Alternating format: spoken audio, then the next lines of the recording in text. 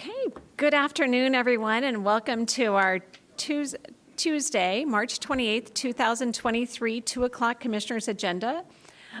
Please let the record reflect that all 5 commissioners are present. Commissioner Waldorf is on Zoom. Mr. Simmons is on Zoom as well, so just for the record on that. With that, was there any written testimony? No written testimony was received for today's agenda items. We do have an open public forum that we will go ahead and get started. So I will look, do we have, I think we have someone, thank you, Mr. Ward. So I will open it up for open public forum at this time. And again, if you would please come to the microphone, state your name and address for the record, fill out a yellow form. Okay, thank you. I just don't have it in front of me. So, and then you, okay, and you have 3 minutes. So you're going to relinquish your time. Okay, so then we will have 6 minutes. I do have the timer up in the corner. It's down the bottom corner there. So no, you're just fine. And then at the end of 6 minutes, I'll let you know. Okay, thank you. You broke it. Thank you. Uh-oh. It is We'll figure it out. Broken. All right.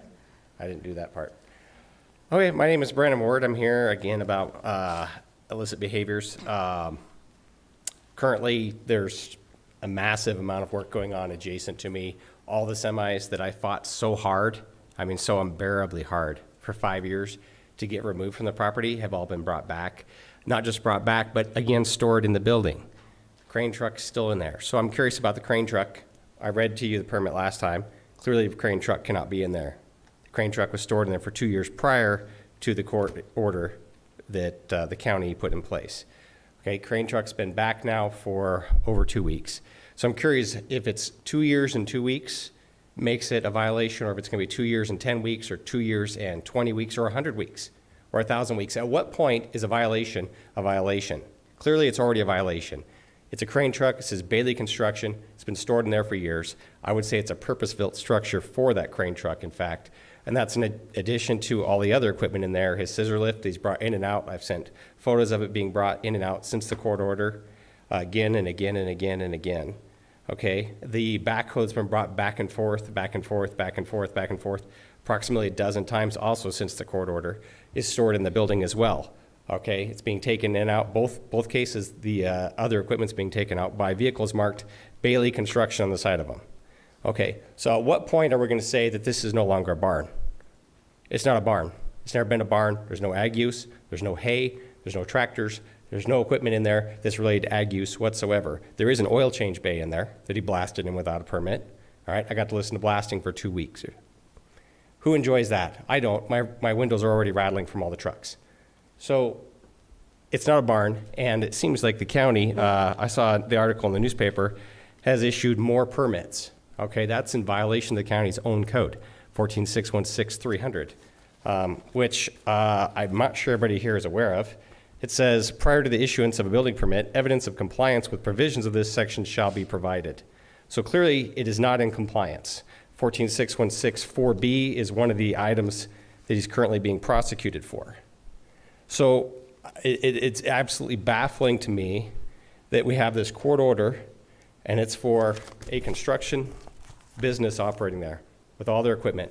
It has to be removed. That's what the court order says. That's compliance. Okay, the storage issue, that stuff removed, that is compliance. Instead, what we're doing is we're letting him build retaining walls, as you saw in the photos from last week. He's putting in conduit. He's paving over all the toxic locations that I have sent to the county, both the health department and to James Moore previously. Those exact locations are where he's paving. How odd is that? So that's actually helping him hide the evidence of a crime. Why is the county all fired to help him do improvements on his property without permits, without following a permit process? These are improvements. I have to do it. In fact, I started my house without the proper permits. I applied for a permit. They said you need engineering. I contacted an engineer. He said, go ahead and start. I'll take pictures. And I got fined. One offense, I got fined. How many offenses do we have for Don Bailey? Let's see, he applied for a permit last October. Did he get fined? Nope. The day he struck me with an excavator, did he get fined for putting in that road without a permit? No, he did not. In fact, the permit was signed off without even meeting the criteria. It met 50% of the criteria, and it was signed off. It wasn't placed where it's supposed to, and it was not graded appropriately. Still got signed off. So what we're doing is we're giving Don every benefit that we could possibly give to a person when he does not deserve them. He's hurting people. He's dumping more soils. He's paving. These are all improvements. I want to know why we're giving him permits. Currently, he's building fencing. Okay, fencing, you need a permit. All right, and he's under the misconception, I'm not sure where from, but 14616-300, Section 4, states specifically you cannot use fencing to hide the violations. So why are we issuing him a permit, if that's what the permits are for, because no one's given me any input at all except for the spokesman's review saying that permits have been issued. I'm assuming that they at least checked their facts, and that's true. Why are we still issuing permits? What we need to do is remove the stuff. We did not give the gentleman with 750 cars in Green Bluff the option to truck in more cars to get parts to fix those cars and then sell those cars, did we? We did not. No, he got prosecuted. He went to jail. We didn't give him the options we're giving Don Bailey. And that's why I'm here, because this is going to go on for another 5 years. He's never going to stop using this building commercially, and it is being used commercially, and it's being ignored. That is all I have to say. Thank you for your time. Thank you. I am going to ask, I am going to ask because you were here last week, and I know Mr. Nilsson was here. Has there been any conversation with you between Mr. Nilsson, the attorney, and you? No further. He talked to me about 3 weeks ago about showing up and actually talking at the upcoming hearing on March 18th or after March 18th if there's no compliance. Okay. They'll be having a hearing. I did actually never hear about my prior hearing in September. I was supposed to hear 2 weeks later about the 2,000 yards or more dumped. So there's no way to get this property in compliance over an acre's removed. So letting them build fences and pave over toxic sites isn't going to get them in compliance. Yeah, thank you. Commissioner French, you had a comment? Yes, well, Mr. Ward, I've met a couple times Yes. with attorneys present in our meetings, and we've got another meeting coming up here. I have a great deal of empathy for the position that Mr. Ward is in, because it is frustrating to have, the courts not cooperate with us in terms of being able to clean up this situation, but also, we are constantly challenged by legislation at the state and the rules that govern what we can and cannot do. Unfortunately, counties don't have the same authority that cities have with regard to regulating this kind of non-compliance. But I join Mr. Ward in the frustration of trying to get this addressed, and it has taken many, many years. We've probably been meeting 3 years now?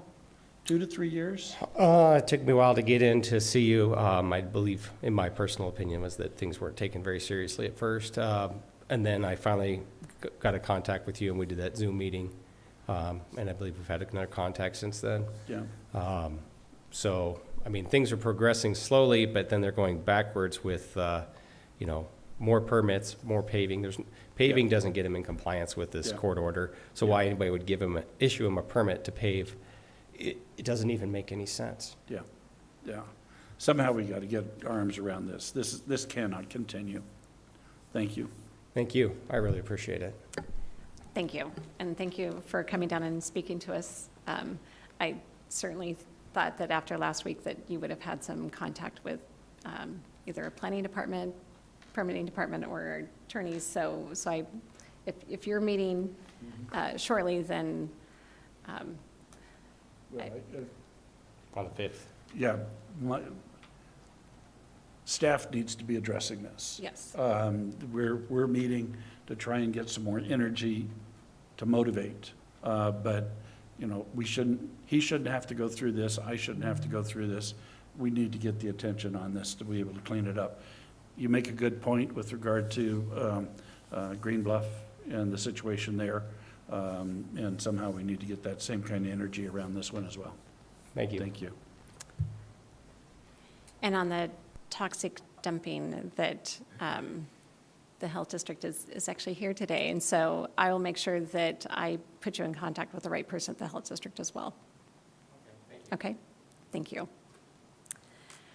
Okay, thank you. So that was my first call for anyone wishing to testify at our open public forum, which is for items that are not on our printed agenda. Is there a second? Well, I will now second call for anyone wishing to testify on any items that are not on our printed agenda today. Seeing no one online, no one in the audience. Third and final call for anyone wishing to testify at our open public forum. Seeing no one, I will close the open public forum, and we will move to our proclamations. We have three proclamations today. The first one is to proclaim April 2023, as Child Abuse Prevention Month. Commissioner Jordan, there we go. Thank you, Madam Chair. I have the pleasure of reading this proclamation today into the record. And before I do that, I just wanted to express my personal thanks to the folks who work in our community to address and prevent child abuse. I've had the personal experience of working with them in my career. These are people who do hard work day in and day out to help vulnerable families with support and care. They don't get a whole lot of recognition. They don't necessarily need or want it sometimes. They just do the work, and I'm in awe of them. So I'd like to read this proclamation in the form of a motion, which is in the matter of proclaiming April as Child Abuse Prevention Month. Whereas the children of Spokane County are its most valuable resource and will shape the future of Spokane County. The future depends on the healthy development of the children currently living, growing, and learning within our community. And whereas our community has the responsibility to protect children from sexual, physical, verbal, and emotional abuse and neglect and help them thrive.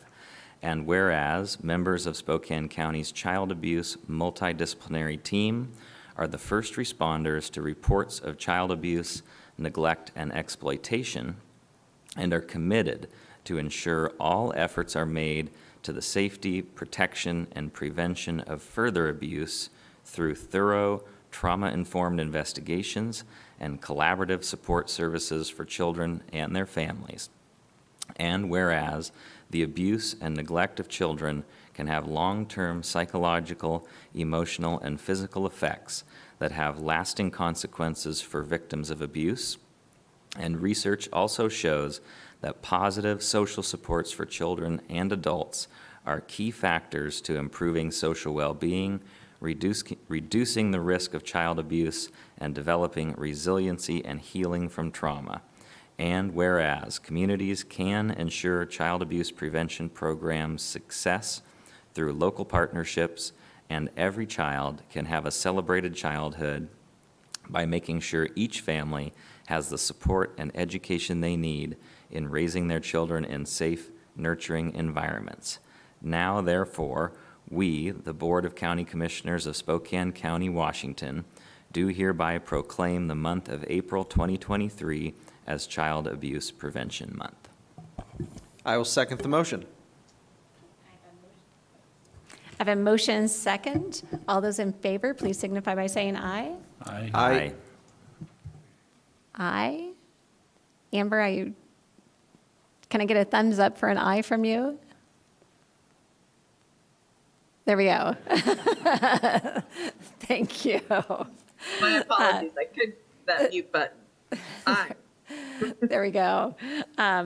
So that passes unanimously. So then I would like to ask Stephanie Wildham, who is the director, and Angela Rusk with Partners with Families and Children, to please come down and accept the proclamation and let you have a chance to say a few words, and then we will take a picture with you. Yes. Somebody's being shy. Come on down.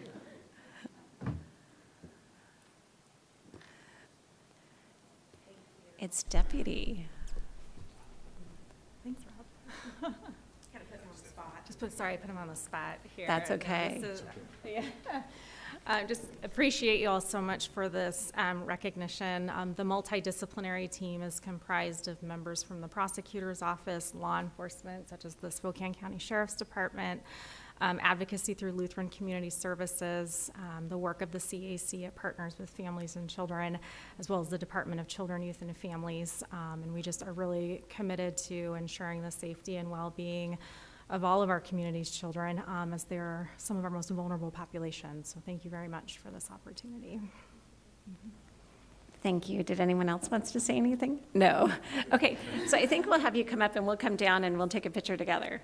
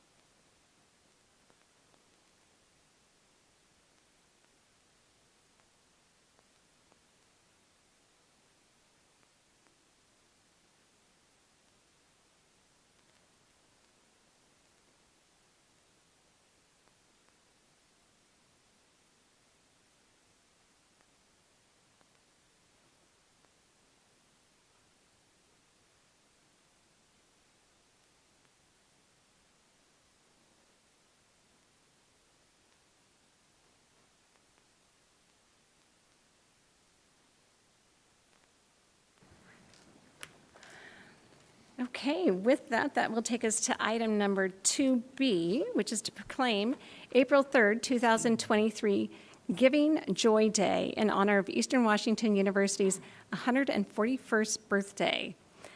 So I will look to my fellow commissioner for the proclamation. Madam Chair, I would like to read this proclamation in the form of a motion.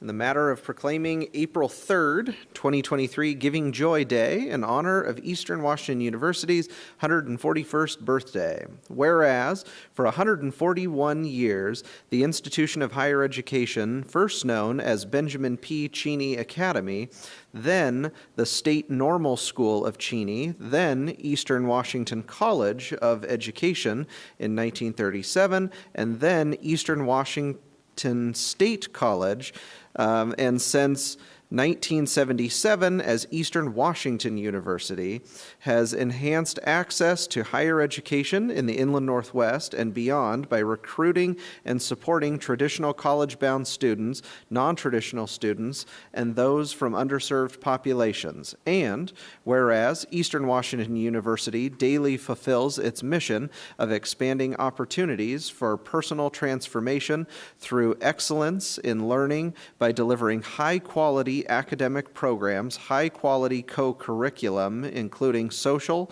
cultural, and athletic activities designed to develop the intellectual, personal, and practical aspects of students' lives while preparing them for our region's workforce and promoting student success by supporting student engagement and timely degree completion in a cost-effective manner. And whereas Eastern Washington University students, faculty, staff, alumni, and their families strive to advance the institution's vision to be a driving force for the culture, economy, and vitality of Washington State, graduating more than 116,000 unique, diverse, and accomplished individuals who make meaningful contributions to both their career fields and their communities, and with grit, grace, gratitude, and greatness, give joy to all. Now, therefore, we, the Board of County Commissioners for Spokane County, on behalf of the citizens of Spokane County,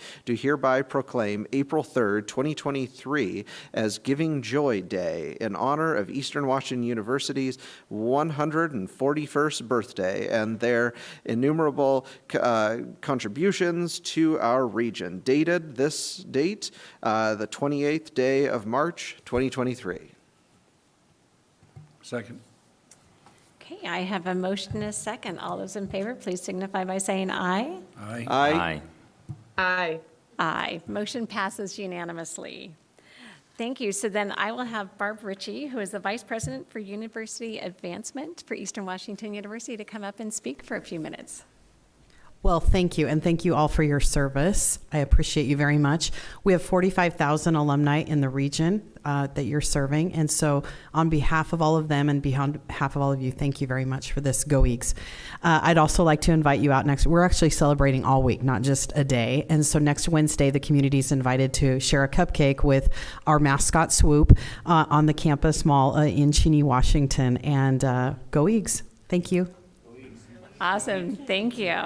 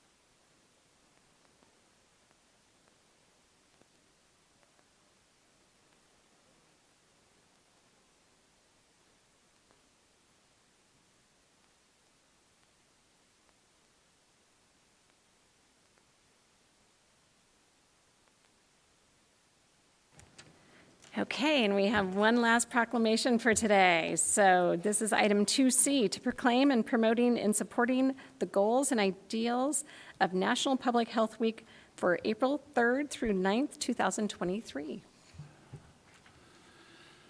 Thank you, Madam Chair, and I will read this in the form of a motion in the matter of proclaiming and promoting and supporting the goals and ideals of National Public Health Week of April 3rd through 9th, 2023. Whereas the goal of National Public Health Week in 2023 is to recognize the contributions of public health in improving the health of the people of the United States and achieving health equity.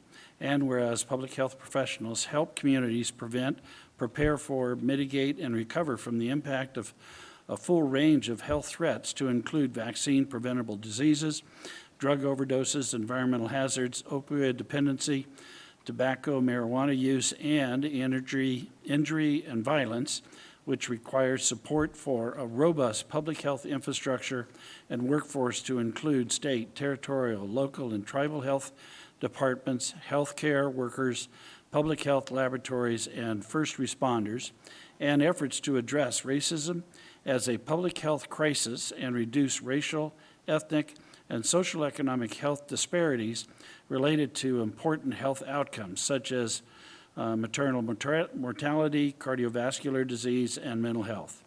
And whereas public health educates and informs on the importance of healthy living, food safety, community resilience, positive early childhood experiences, emergency preparedness, and equitable, culturally appropriate access to health care to the overall health and wellness of Spokane County communities. And whereas each 10% increase in local public health spending contributes to a 6.9% decrease in infant deaths, 3.2% decrease in deaths related to cardiovascular disease, 1.4% decrease in deaths due to diabetes, 1.1% decrease in cancer-related deaths. And whereas public health professionals collaborate with partners outside of the health sector, including community organizations, diverse advocacy groups, city planners, transportation officials, education officials, and private sector businesses, recognizing that other sectors can influence health outcomes and support health equity efforts.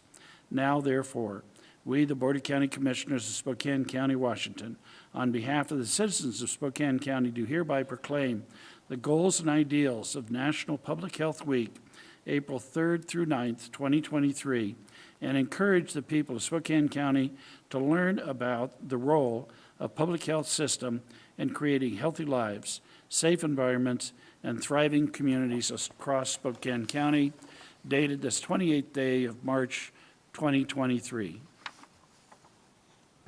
I'll second the motion.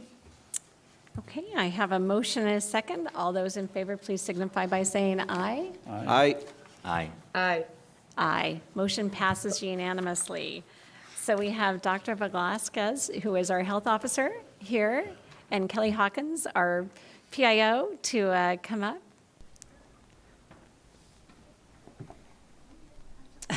Come on. Come on, Kelly. Good afternoon, and thank you. We're very happy to be here. Thank you for your support. So I want to say a couple of things. First is this year's theme for public health is for the love of community, which I think is very appropriate because every single staff, employee, and volunteer at the agency loves this community very deeply. And that's why we do what we do every day, because of the love of the community. Now, it is important to know that we all play a role in enhancing the health and wellness and well-being of our community, each one of us. As we saw by some of the previous proclamations, all of those things have an impact. When you check on your elderly neighbor to make sure social isolation is not causing any issues, that's public health. And many of the things that we saw here today are also public health. So this year, we're going to celebrate by really concentrating on how different cultures focus on health. We all have a different background, we all have a different history. And in doing so, learning from each other. What can each one of us do for everybody else? Public health is an all-hands-on-deck effort. And I know we use that phrase a lot, but trust me, this one is. We rely on partnerships and collaborations. We work together, as you read in your proclamation, with all sectors of the community, because it's the only way to do what we do and do it well, including all of you that are here today. It takes all of us working together. So please show your support for public health, as you've done with this proclamation, which we appreciate. And by sharing any of the posts from Spokane Regional Health District social media, make sure you share those as much as you can. And share your public health stories, successes, anecdotes. Share those so we all understand what public health really means, which is not about the building. Is about all of us. Take time to learn more about all of the amazing and passionate people at the district and what they do every day to keep us safe. So with that, I want to say thank you, and I want to say thank you to the team at the Spokane Regional Health District, all of our staff and volunteers, because they do a very important job every day. Thank you. Thank you. Kelly, did you want to say anything? No, just that I brought stickers for all of you guys, so I expect to see these on your water bottles and your laptops and your bumper stickers, but just say for the love of community. So if I don't have enough, you know how to find me. I know you all do. We do. Thank you. So we'd like you to come up and we'll take a picture. You gotta hold that. Oh, wait. No, they have it.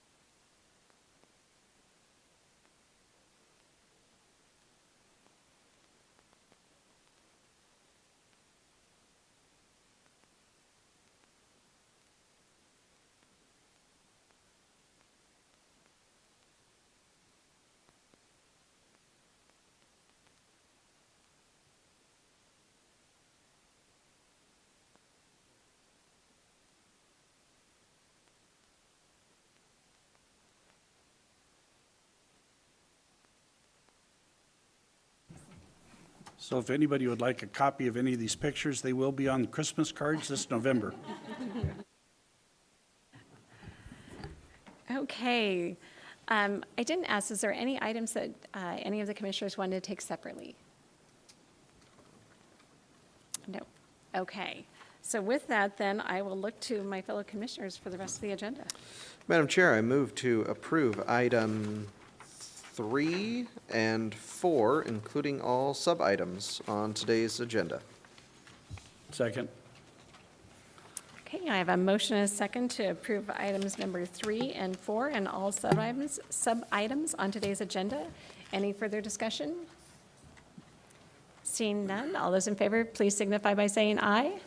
Aye. Aye. Aye. Motion passes unanimously. So that is all that is on our printed agenda. I will look to our attorney to see if there's anything else, Mr. Anderson. No executive session action from myself. Thank you. And Scott Simmons, if there's any additional items? Nothing additional from me, Commissioner. Okay. So with all the business being done, then I will, I have one miscellaneous item. okay. Commissioner Jordan? Thank you, Madam Chair. And with today being a proclamation-heavy day, I couldn't let the week go by without an informational item, and that is to remind my fellow commissioners that it's opening day for the Mariners this week. So I just want to remind everybody that spring is here. That means baseball's back, America's pastime. And we deal with a lot of serious issues up here, but it brings us together regardless of what side of the mountains we're on. So as I say every year, as an M's fan, this is our year, right, Ron? Go Mariners, and thus concludes my item. Thank you. There you go. Well, that then concludes our business for today, and I adjourn the meeting. Thank you. Said as a true Cubs fan. Hope springs eternal.